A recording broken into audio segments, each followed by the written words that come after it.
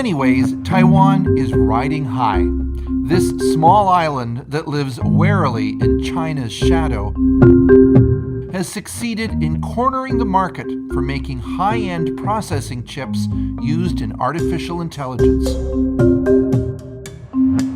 Its high-tech focused economy is surging, and for a place that isn't recognized by most other countries in the world, including Canada, a lot of nations are now paying attention.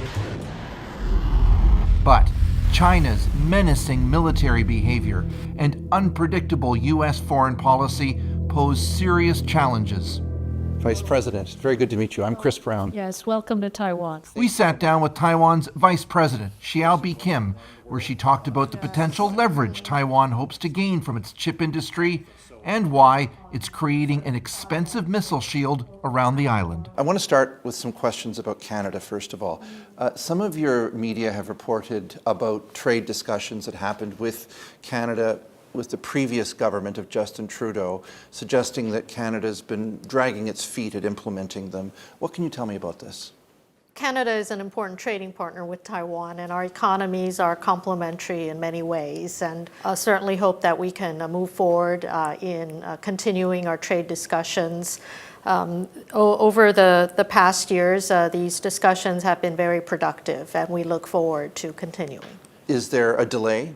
Well, trade talks are always complicated. We look forward to and we're hopeful that we can continue these discussions. Canada has been a big provider of agricultural products to Taiwan, and Taiwan has been a producer of some key technology components that also contribute to Canada's manufacturing. And so, we would certainly like to continue a very strong and robust economic and trade relationship, and it would be helpful to have that legal infrastructure that further consolidates a trade partnership between us. What is your read right now on the broader dynamic of China, the United States, and how that might impact the very important industries that you have here in Taiwan? If you are referencing the role that China has played in the global trading system, I think we have all observed some changes and an evolution of China's role. From the 1990s, they had a policy of reform and opening and participation in the WTO and the global trading system, and they've certainly benefited significantly from that. But at the same time, in more recent years, we have been alarmed that China is now using their economic leverage as tools of coercion, including their leverage over certain rare earth minerals or other processes in global supply chains. You must be concerned, I would think, of Taiwan simply being a bargaining chip in this big trade war between the US and China. One of our key industries, the semiconductor and chip industry, has been partner to the United States and the Silicon Valley. In fact, many people see the Silicon Valley and Taiwan's tech parks as one single large ecosystem of technology that drives global prosperity. I take your point about a joint ecosystem, if you will, particularly in the issue of semiconductors, but we've also heard US officials saying they want Taiwan to move a very large amount of its manufacturing of chips to the US. I've heard the amount is around 50%. What's your feeling about that, and how much is a reasonable amount to shift out of Taiwan? Well, let me first address Taiwan's strength and competitive edge in chip manufacturing. And that is, this is not something that happened overnight. It took us decades to build. And it was also decades of hardship under very difficult international circumstances. Taiwan managed to build one of the most comprehensive and competitive ecosystems that support high-end manufacturing in semiconductor chips.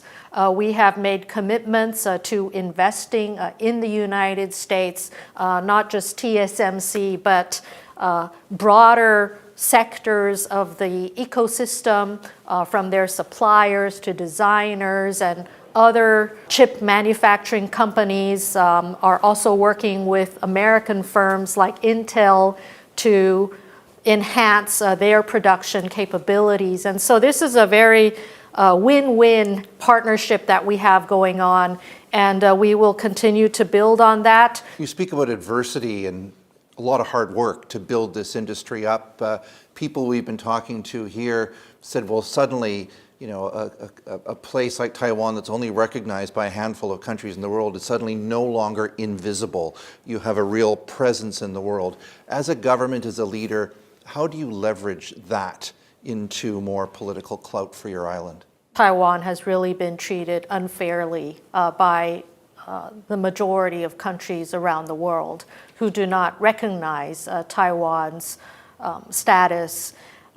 But we will continue to strive to improve our democracy, to enhance our economic strength, and to also be a force for good in the world. How concerned are you that the U.S. may perhaps back off, give China some of what it's asking for as part of a broader deal on trade? Well, China has never ceased raising the Taiwan issue and their claims in all of their international discussions. However, at the same time, United States policy towards Taiwan has also been very consistent. And we have seen just weeks ago, again, bipartisan congressional support for legislation that deepens and strengthens the Taiwan-U.S. partnership.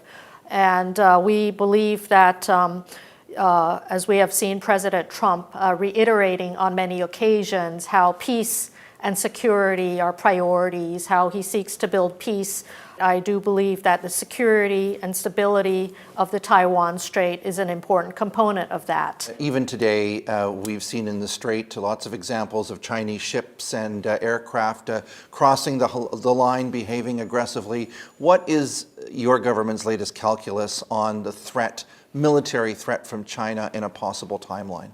I think, first of all, I need to reiterate that everything we are doing in the security realm is to prevent conflict from happening. So ultimately, timelines and discussions of timelines are contingent upon our own preparedness and our strengths. It is no secret that China is investing tremendous capital in their military capabilities, and they are also conducting increasingly aggressive military exercises around the vicinity of the Taiwan Strait, which impact not only Taiwan, but others in our neighborhood and the South China Sea. And I want to ask you about the president's announcement about the T-dome, the missile shield. How's that going to work? How's it going to be paid for? Now, the president's conceptually, the T-dome is producing a multi-layered safety net around Taiwan that involves air defenses, but also more sophisticated sensor to shooter integration.